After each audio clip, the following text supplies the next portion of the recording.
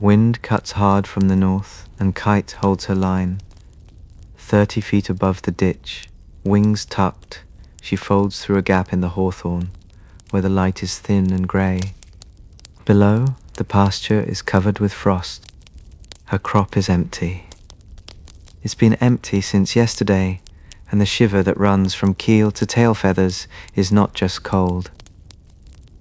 Welcome, and thank you for joining me, whether you're here to unwind or just to keep some quiet company in the background. I'm glad you're here, and if you'd like to, you can leave a comment saying where you're listening from and what time it is for you. I'm fascinated to see how far these stories might reach.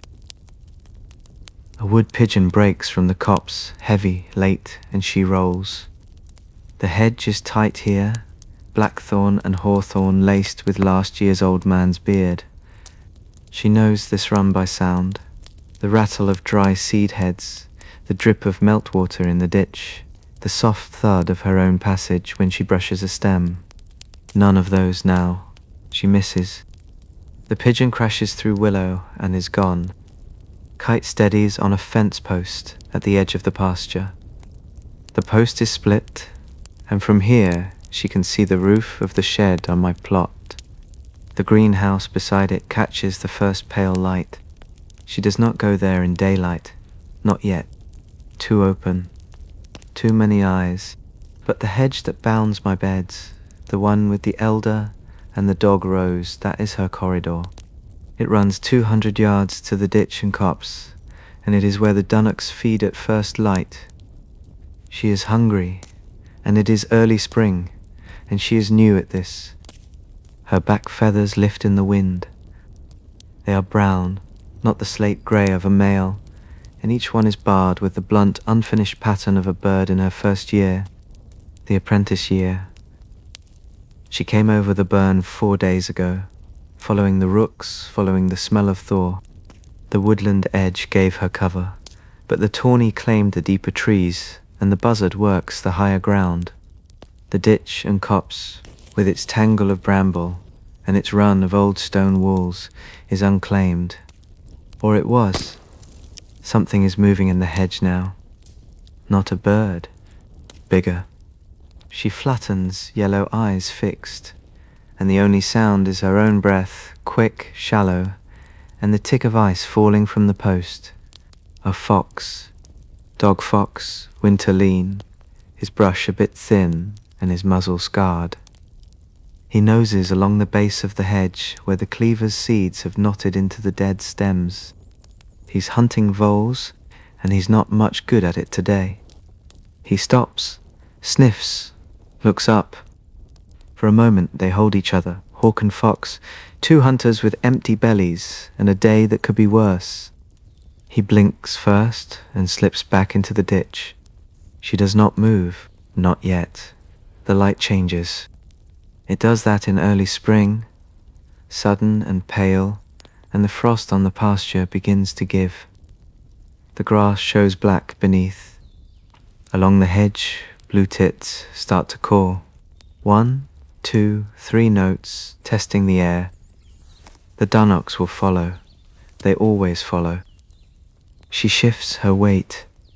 Her talons are clean, too clean, and the scales on her legs are still smooth from last summer. She has not killed enough for them to roughen. That is the work of the apprentice year. To learn the hedge, to learn the wind. To learn the moment when hunger stops being a thought and becomes a drop. She leaves the post, low now, hugging the shadows where the ditch cuts past the copse and the world narrows to what is useful. Movement, silhouette, the beat of wings that's not her own. The copse is mostly ash and a few old hazels. The ground beneath is thick with last year's leaves, wet, dark and quiet. A pheasant feeds at the edge, stupid and bright, but she is not for pheasants, not yet. Too big, too risky. She needs a chaffinch, a dunnock, a field vole if the frost lifts enough. A sound pulls her head round. The clatter of my shed door, perhaps. The sound carries on cold air. She banks, instinctive, and uses the greenhouse as a marker, not to hunt there but to turn. The beds beyond are still covered, fleece and cloche, and the cold frame is shut. No food for her there. But the hedge that runs along the back of my plot, that is different. It is thick with sparrow traffic at dawn, house sparrows, messy and loud, and they are slower when the air is cold. She sets down in an elder, bare branches slick with ice. The elder is old, split at the base, and it grows where the hedge meets the ditch. From here she can see 3 ways, back to the copse, along the hedge toward the pasture, and over the low stone wall to rough grazing. The grazing is empty today. Sheep are still in the lambing sheds 2 fields over. The wall is good for plucking when she has something to pluck. The sparrows come. They come as they always do, in a rush, a tumble of wings and scolding, and they drop into the hedge 5 yards down. She does not watch them. She watches the space they will cross. Hunting is geometry and light and waiting. Her heart is a quick drum now, not from fear, from use. She was built for this, short wings, long tail, a body that can turn in its own length. A sparrowhawk, made for the hedge and the ditch and the copse. She goes. The elder blurs. The hedge is a green and brown wall, and then it is gaps, and then it is a sparrow that has left it a beat too late. She hits with her feet, not her beak, and the impact is sound more than sight. They tumble into the ditch together, and the world is cold water and dead leaves and the sudden close smell of fear. It is a hen sparrow, small, a bit thin from winter, but not much. Kite mantles over her, her wings spread, and for a second there is only the drip of the ditch and the slow beat of her own breathing. The copse is quiet, the pasture is empty. The greenhouse on my plot is a pale square in the distance, and no one is watching. She will eat, today she will eat. But first she must carry. The ditch is not safe. Foxes hunt here, and crows will follow the sound. She needs the copse, the thick part where the bramble meets the stone wall. She lifts, heavy now, and the sparrow is warm against her feet. The weight is right. The weight means she lives another day. Halfway to the wall, a shadow moves. It's bigger than her, broader in the wing, and it comes from the woodland edge where the tawny rules.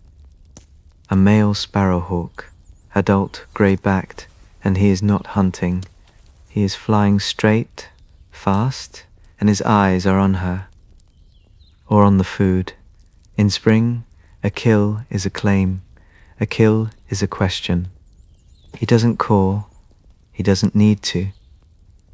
Kite dips toward the bramble.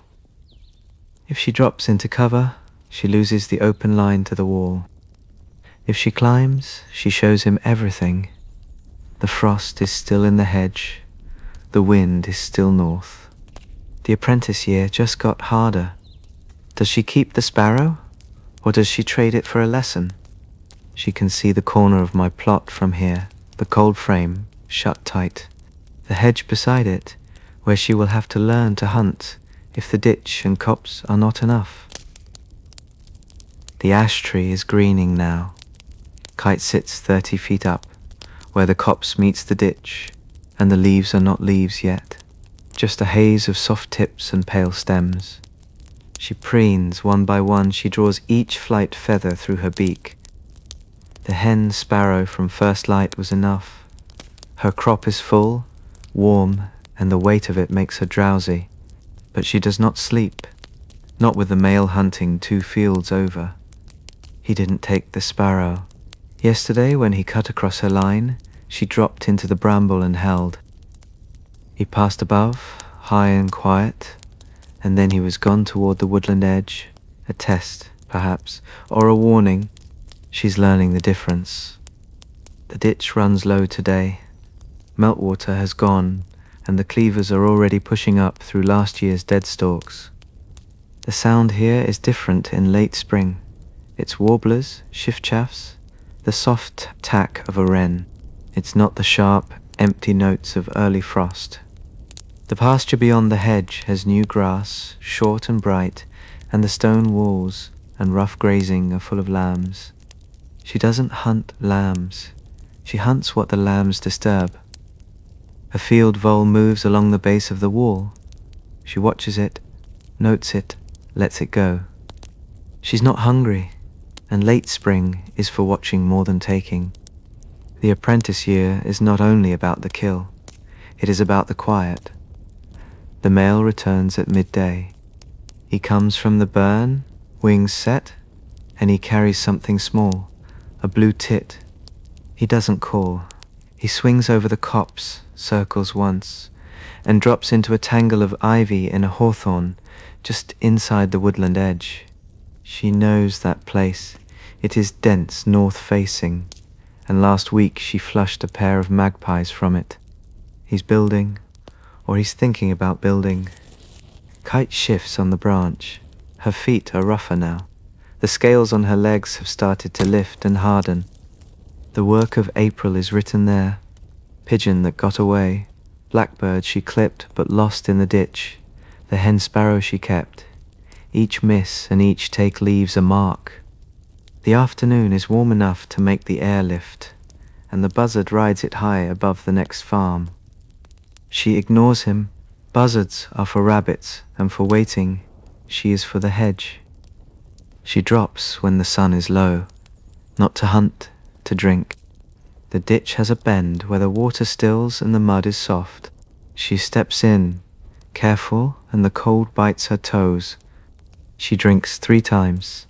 Dips, lifts, watches, dips, lifts, watches. A dunnock sings from the elder by my plot. The sound carries over the hedge, past the beds and the cold frame, and for a moment she stills to listen. That hedge is hers now in the early mornings. The sparrows are wise to her, but the young ones aren't. She doesn't go to my plot by day. Not yet. The greenhouse is too bright. The shed door opens without pattern, and the human smell is strong near the compost. But at dusk, when the beds are quiet, and the fleece lies flat, she cuts along the back hedge. It is a road. It leads to the ditch and copse, and it leads away when the crows come mobbing. Today the crows are busy. 2 fields over they are shouting at the fox. The dog fox, leaner now, but moving better. Spring is kinder to him. She saw him take a rabbit at dawn. He didn't see her. That is how it should be. The light starts to go. The pasture turns blue. The stone wall holds the last of the heat, and the ivy in the hawthorn rustles. The male is in there, and he is not alone. A female answers him, not Kite. This one is older. Her call is short, low, and sure. Kite freezes. Her tail tightens. She knows that sound the way she knows the wind. It's the sound of a territory that is not empty. It's the sound of a pair. She waits. The hawthorn is 50 yards off, inside the woodland edge, but close enough to the ditch and copse that the hunting grounds overlap. The older female flies out. She is big, bigger than Kite, and her back is slate grey. She carries a twig, not food, a twig. She takes it into the ivy.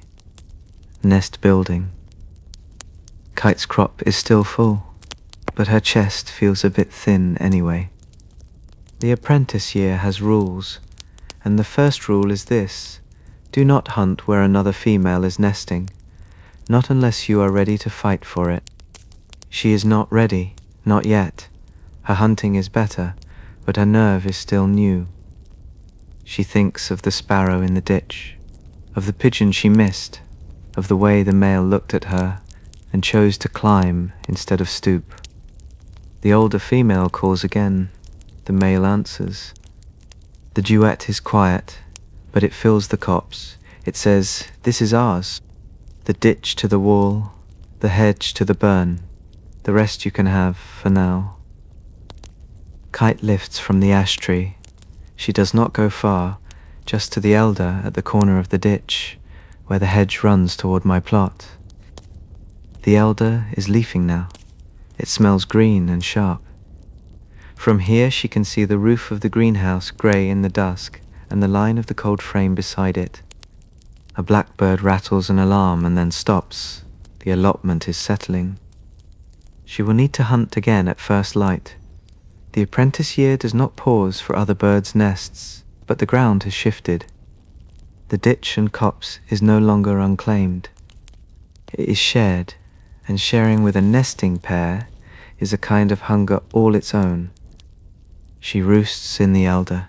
It is not the best tree. It is not the safest, but it is close to the hedge, and the hedge is close to the beds, and the beds are where the fledglings will come in June. She tucks her head in. The wind has dropped. The last light is gone. The days are long now. Kite wakes before the light has a colour to it, and the copse is already loud. Warblers argue, wood pigeons mutter, and the ditch has a smell of wet nettles and warm earth. She roosts in the elder still. It is not ideal. The branches are a bit thin for her weight, and when the wind comes off the pasture it moves too much. But it is close to the hedge, and the hedge is close to the back of my plot, and that matters more than comfort. She stretches, one wing then the other. The barring on her chest is clearer now, brown on cream, and the feathers on her back are taking on a darker edge. Not slate, not yet. That is for older birds, for the female in the ivy.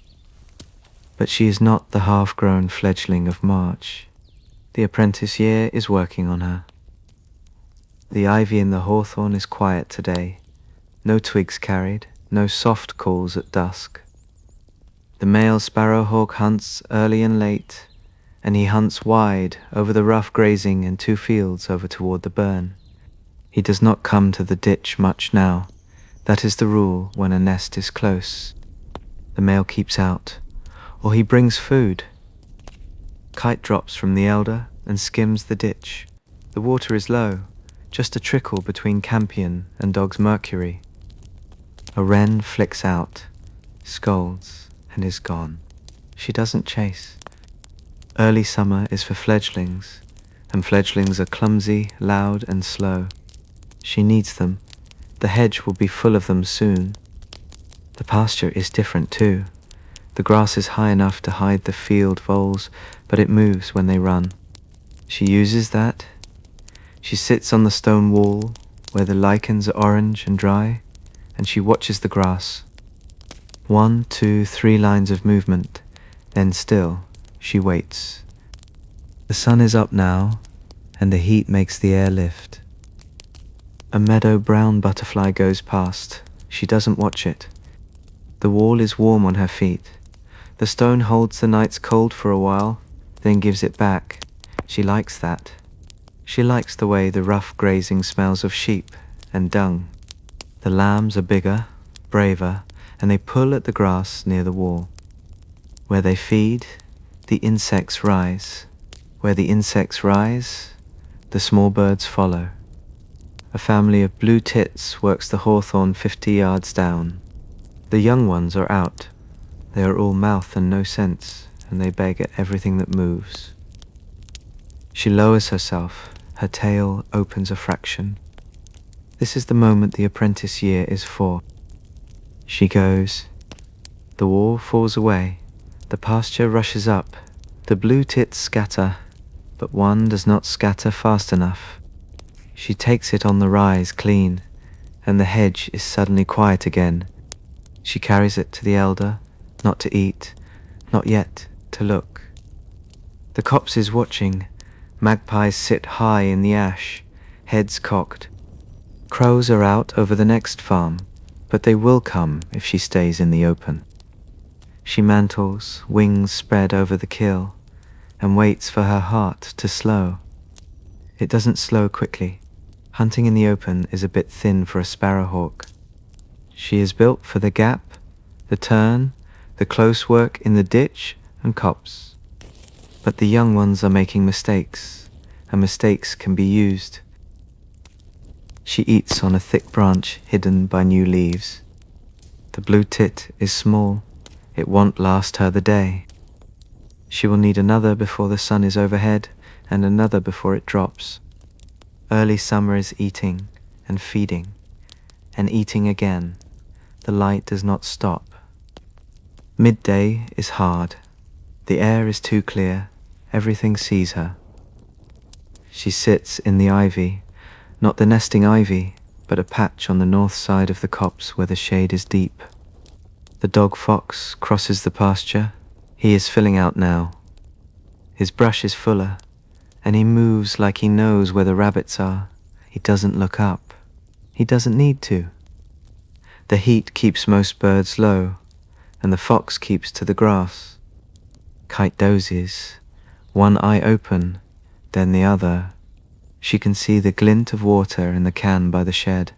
No food for her there. But the hedge that runs along it, that is a road, and the road is busy.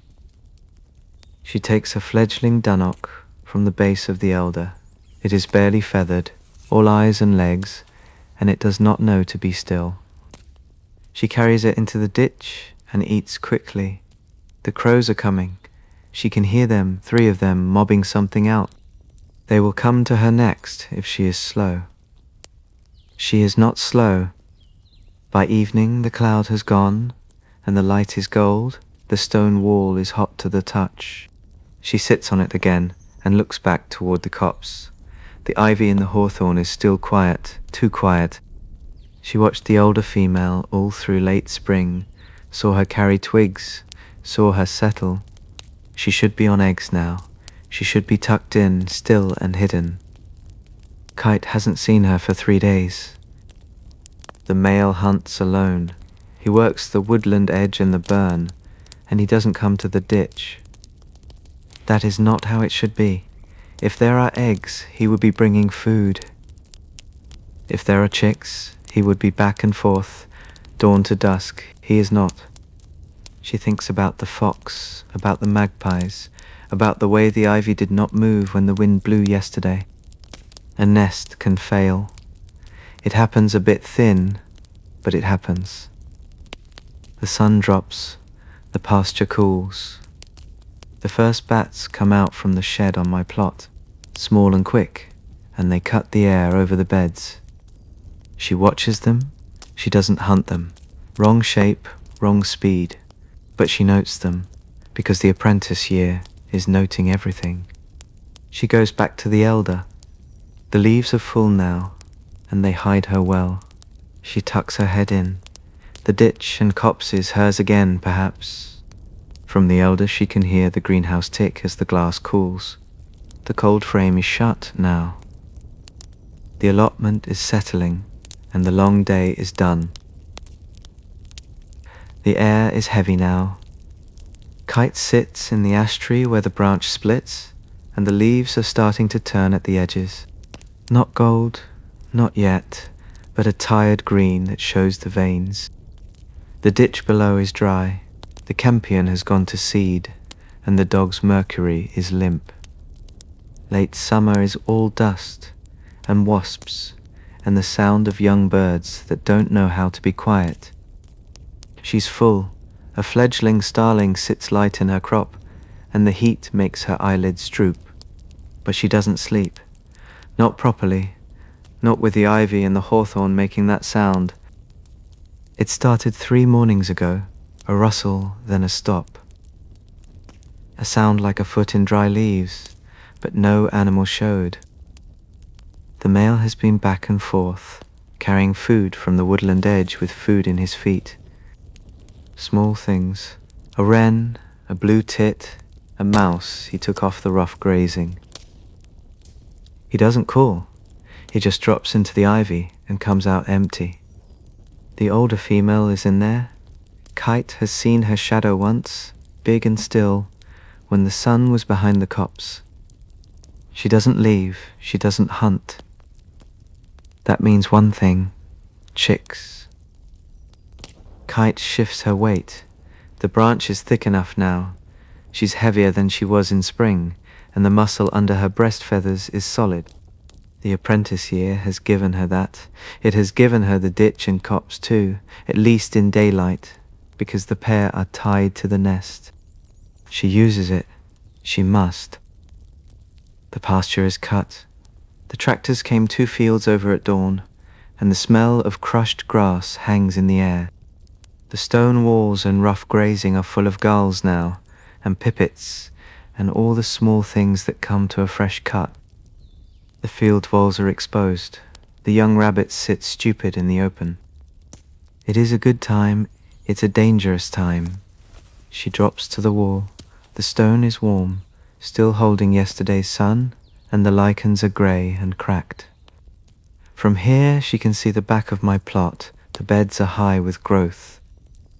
Runner beans twist up canes, and the courgettes have leaves like plates. The greenhouse door is open. The cold frame is full of pots. No food for her, but the hedge beside it is alive. Sparrows, dunnocks, a family of goldfinches working the seed heads. She doesn't hunt there now, not in the middle of the day. The pair in the ivy are close, and the male sparrowhawk is quick to chase. He chased her off the wall yesterday, a short, hard stoop that said, "Not here, not now." She is learning when to go. The sound comes again from the ivy, not a rustle, a call. Then a second voice, younger, harsher, chicks, at least 2. She counts the beats between calls. They are hungry. The male lifts from the woodland edge. He has something, a fledgling blackbird, still trailing a few down feathers. He cuts across the pasture, low and fast, and vanishes into the hawthorn. The calling gets louder for a moment, then stops, feeding. Kite looks away. She has work of her own. The cut pasture is full of young birds. They fly like they are drunk. They land like they are falling. She takes a meadow pipit from the edge of the rough grazing. It is easy, too easy. She carries it to the elder and eats fast. The magpies are back in the ash tree, 4 of them. They watch everything. They remember everything. She does not mantle long. She tears, swallows, and looks up. The sky is pale, washed out, and the heat makes it wobble. A buzzard circles over the next farm, high and lazy. The dog fox sleeps somewhere in the ditch. Belly full from the rabbits the cut has shown him. Late summer is a full table, but it is also a crowd. Everyone is hunting. Everyone is feeding young. The apprentice year is not just about her anymore. At dusk, the light goes soft. The pasture turns pink at the edges. She moves to the elder by the ditch, the one that marks the corner where the hedge runs to my plot. The leaves are thick. The branches hide her. From here she can see the greenhouse, the shed, and the line of the cold frame with its glass shut against the night. A robin sings from the roof of the shed. It is a short song, late, and it stops when the first bat comes out.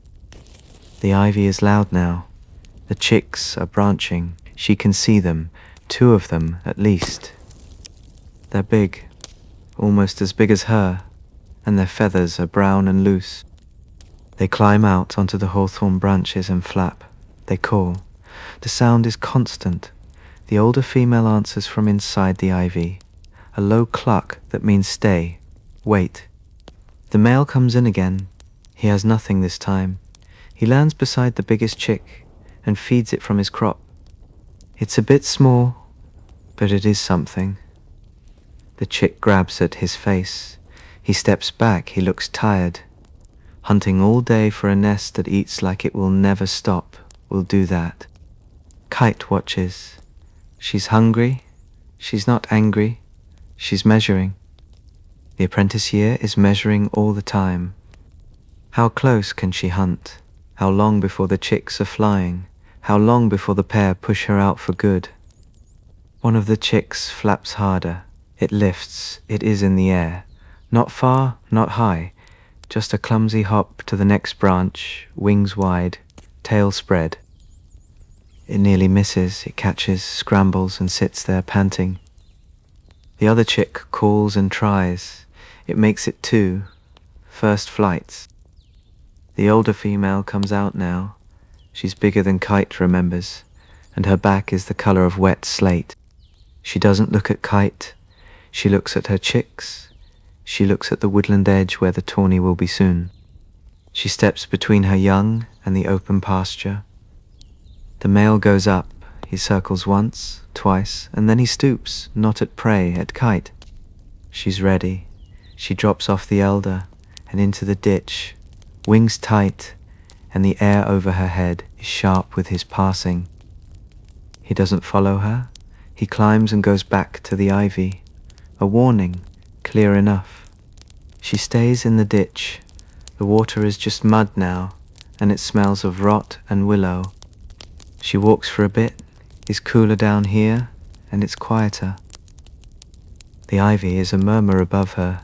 The chicks are calling. She comes up by the stone wall. The rough grazing is empty.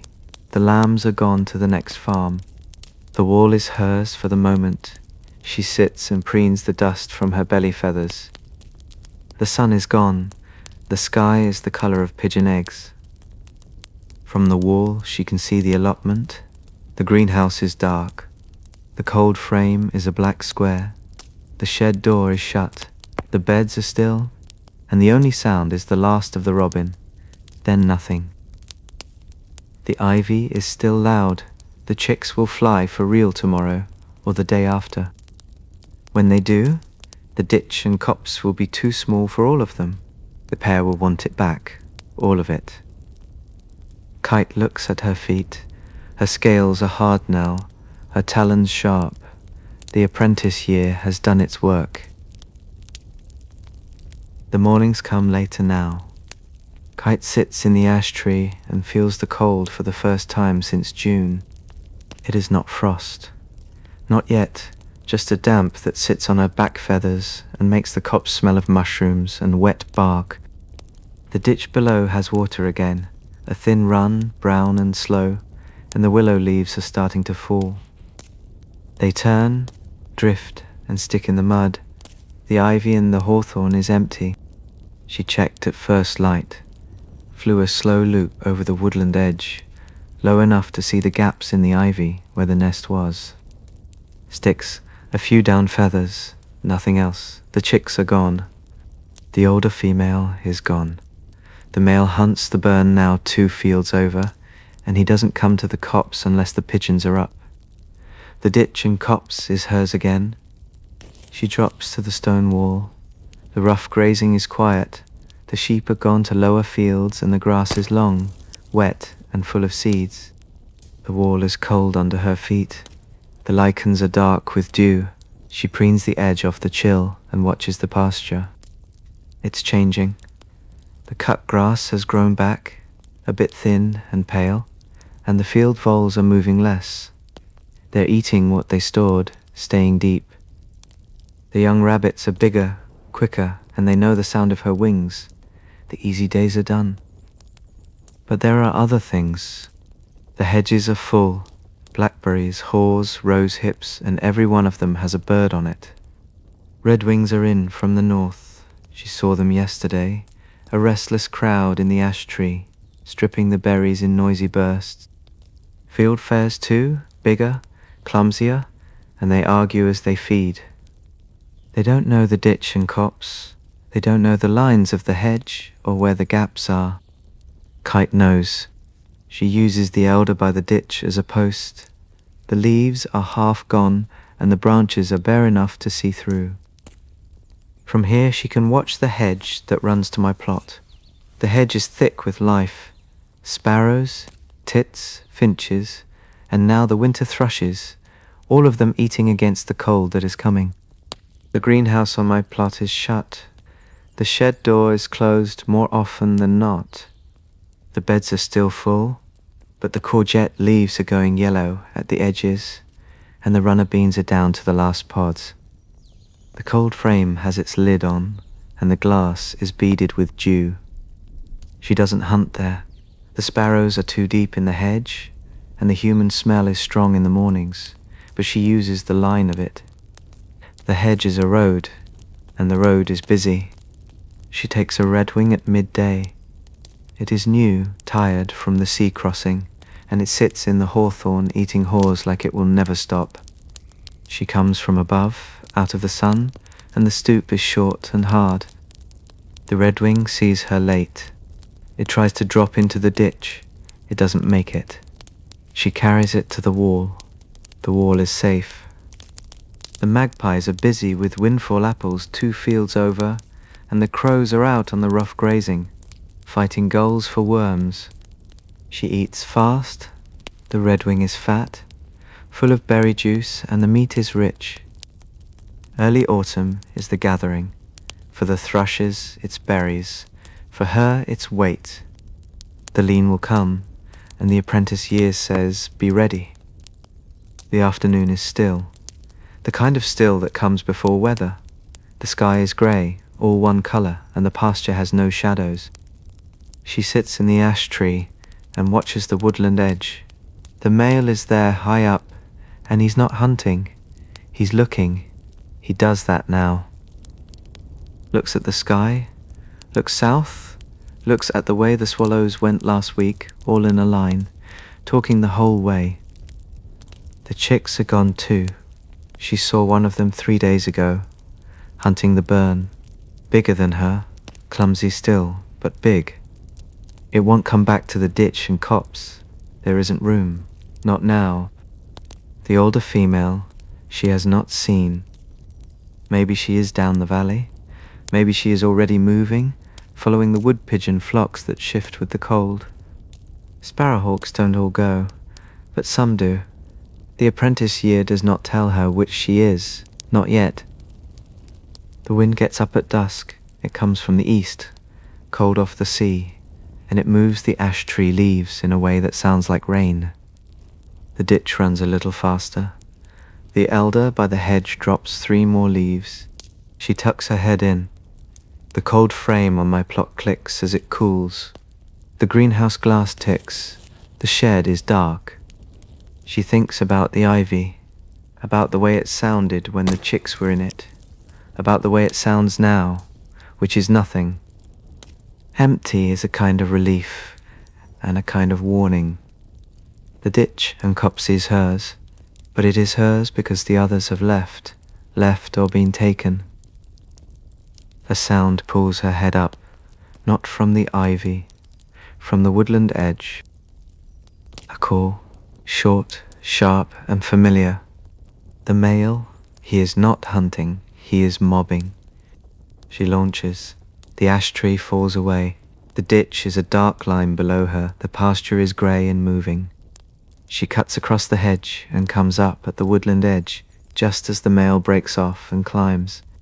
He was mobbing an owl, a tawny, big and broad, and it sits in an oak with its back to the wind. It blinks at her. It doesn't move. It doesn't need to. It's day, and the tawny rules the night, and in the day it sits and waits. But it's here, in the woodland edge.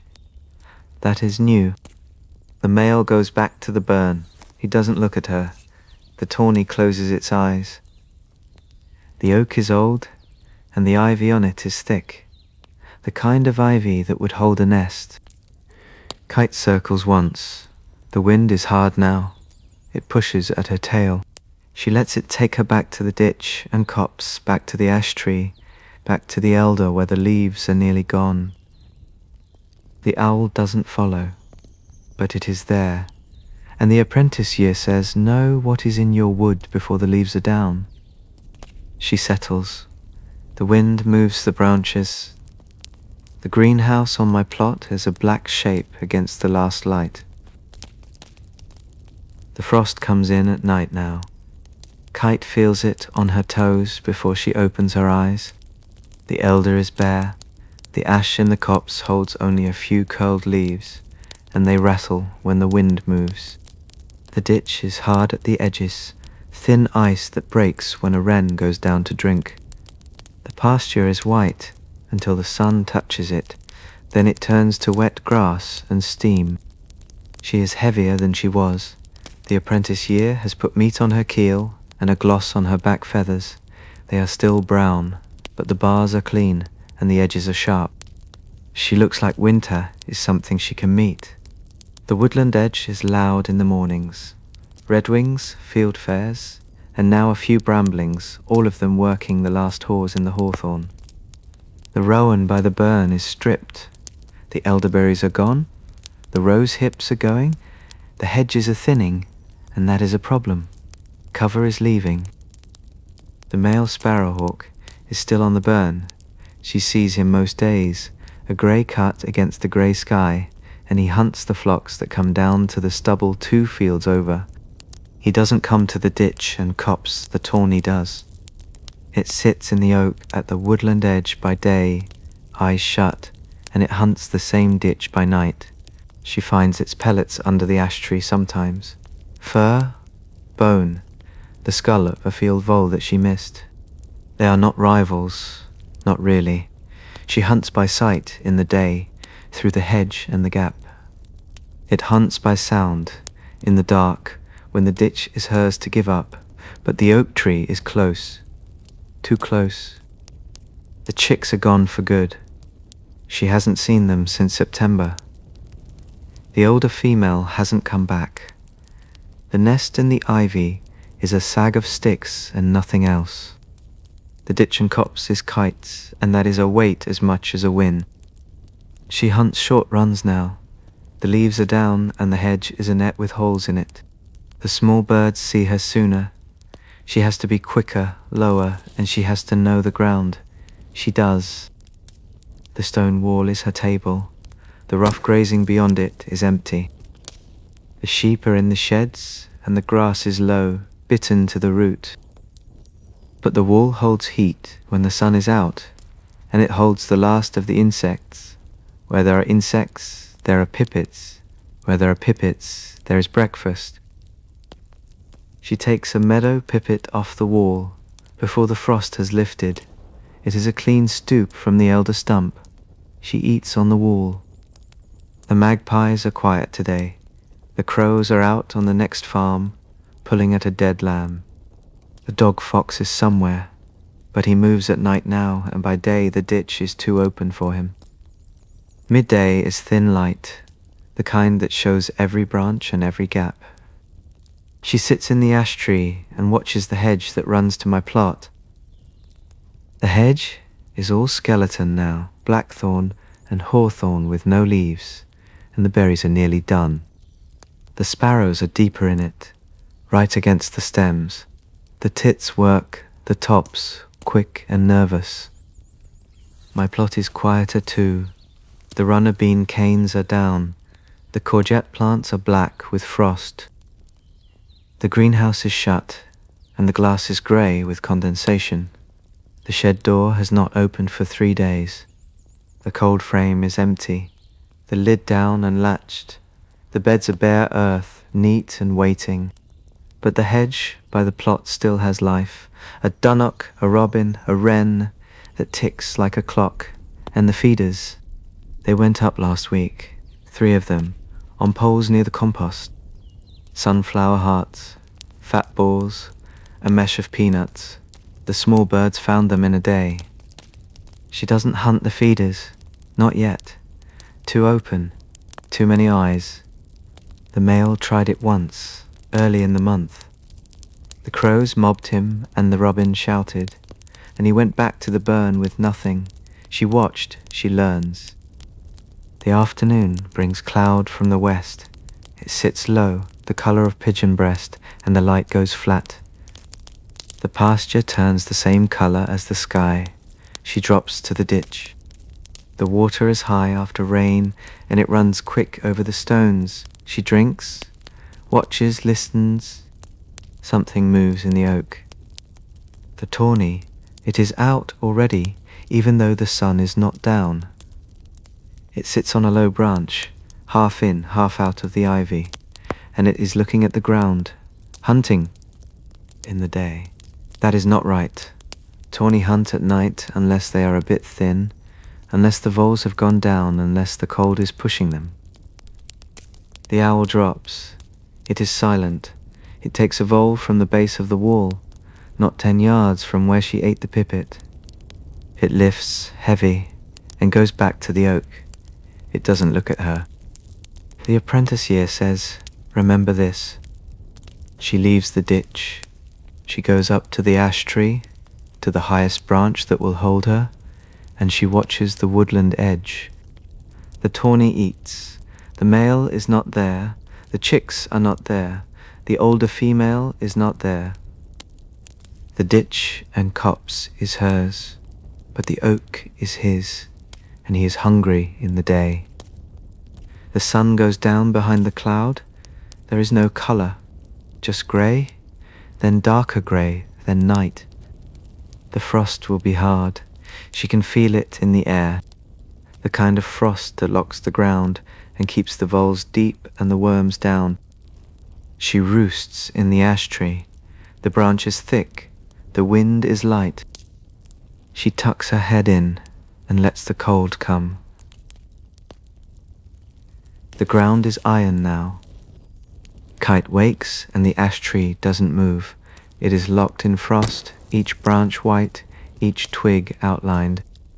The ditch is a line of glass. The pasture is white, and it stays white past sunrise, because the sun is low, pale, and not much good for warmth. Her breath hangs in front of her beak. She is hungry. The apprentice year has taught her hunger, but early winter teaches it again, harder. The redwings are gone. The field fares moved on last week when the last haws went. The bramblings went with them. The hedge that runs to my plot is empty in the mornings. Just twigs, blackthorn thorns, and the sound of her own wings when she passes. The feeders are still there, 3 of them, by the compost on my plot. They are busy from first light.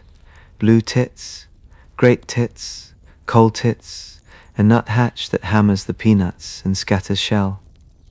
A robin owns the ground under them, and a dunnock picks at the foal. The sparrows come in crowds, loud and messy, and they leave in a rush when the shadow moves. She watches from the elder stump.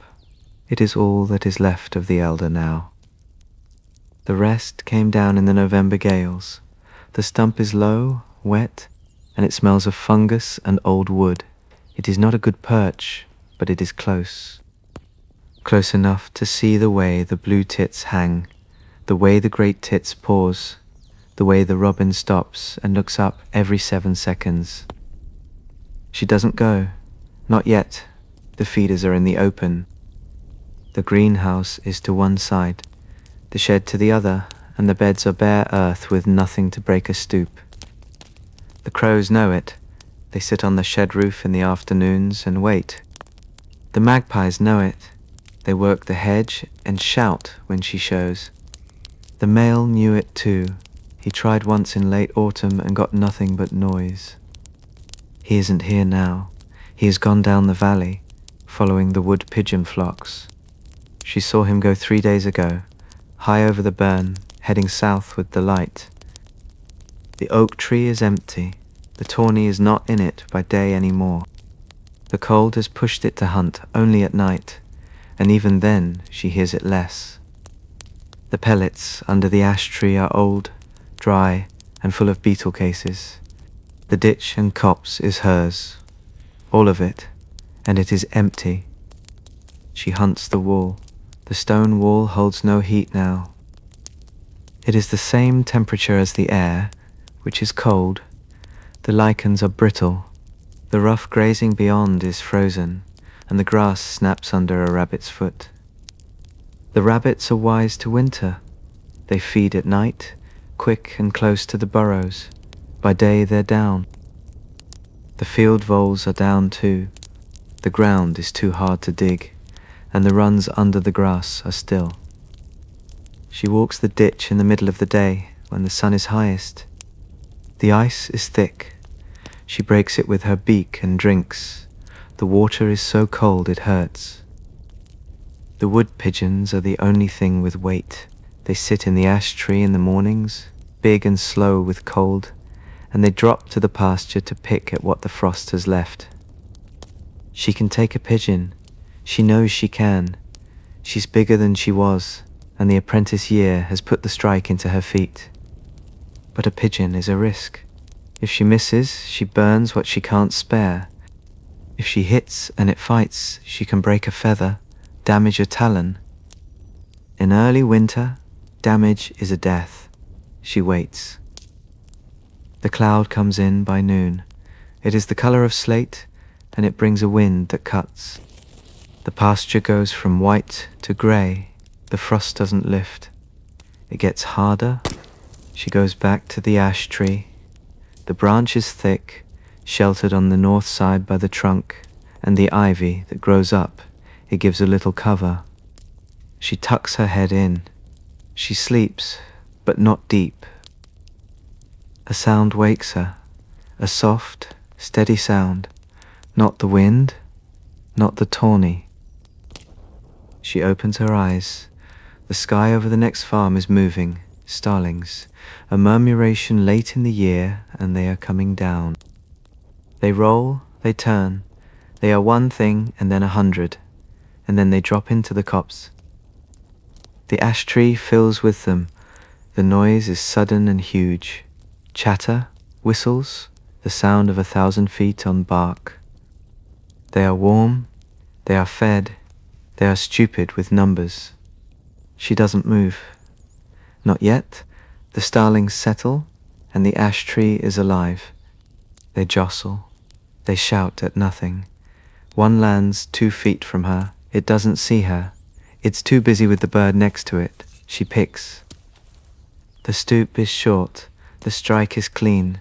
The starling doesn't know it is dead. She takes it to the elder stump. The murmuration lifts as one, a black sheet against the grey sky, and it goes. The copse is silent again. She eats.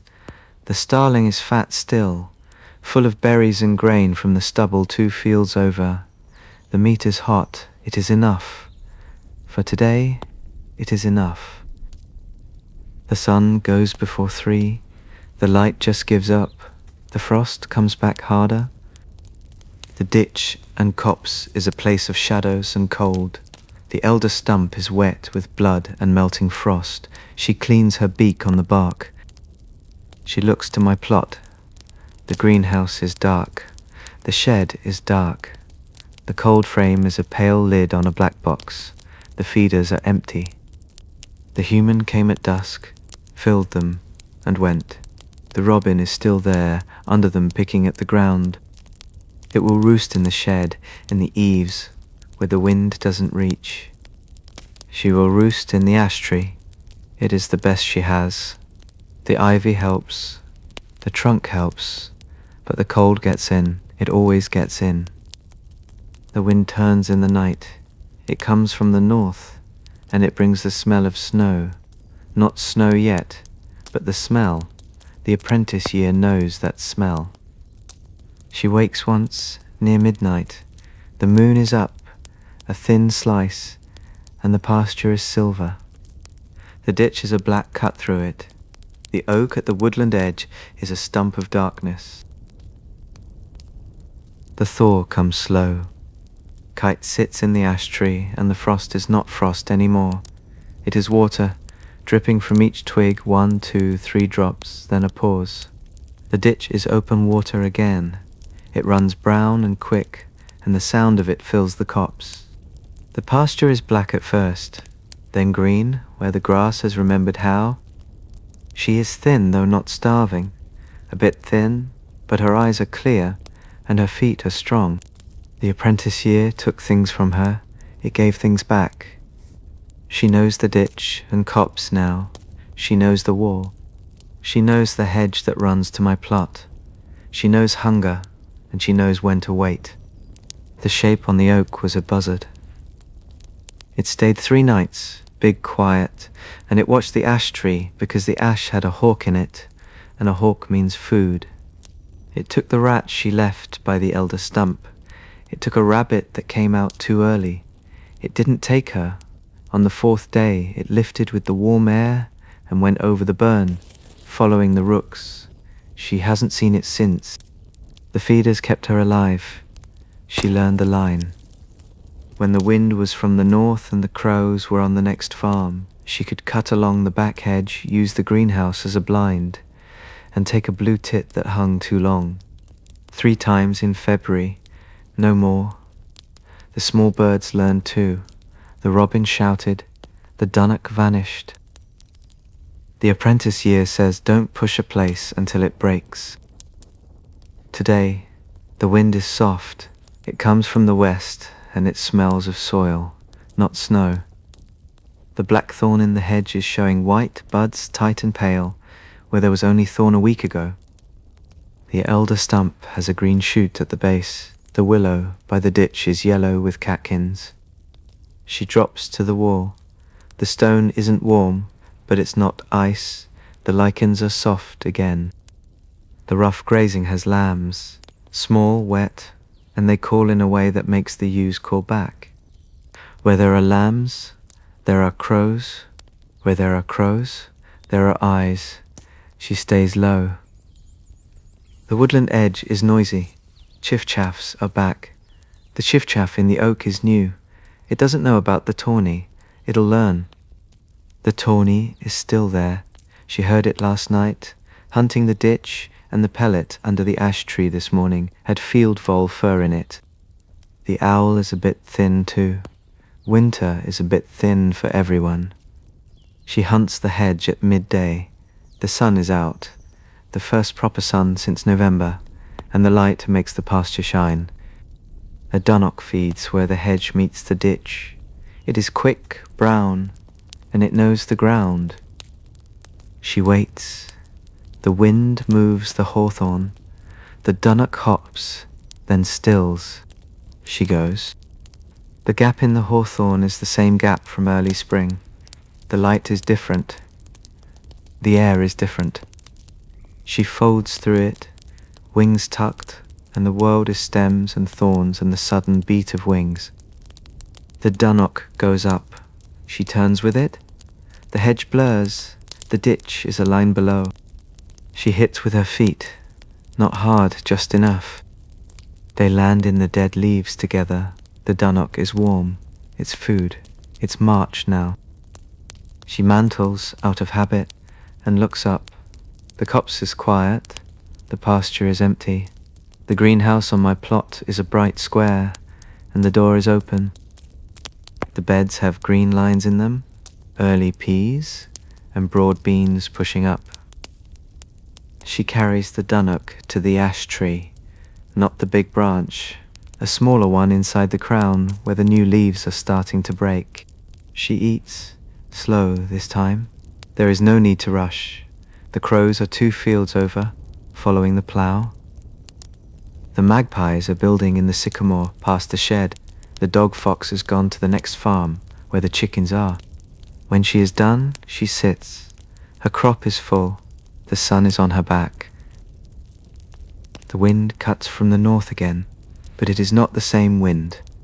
This one has spring in it. A sound comes from the hedge, not a bird. She flats herself to the branch, yellow eyes fixed. The sound comes again.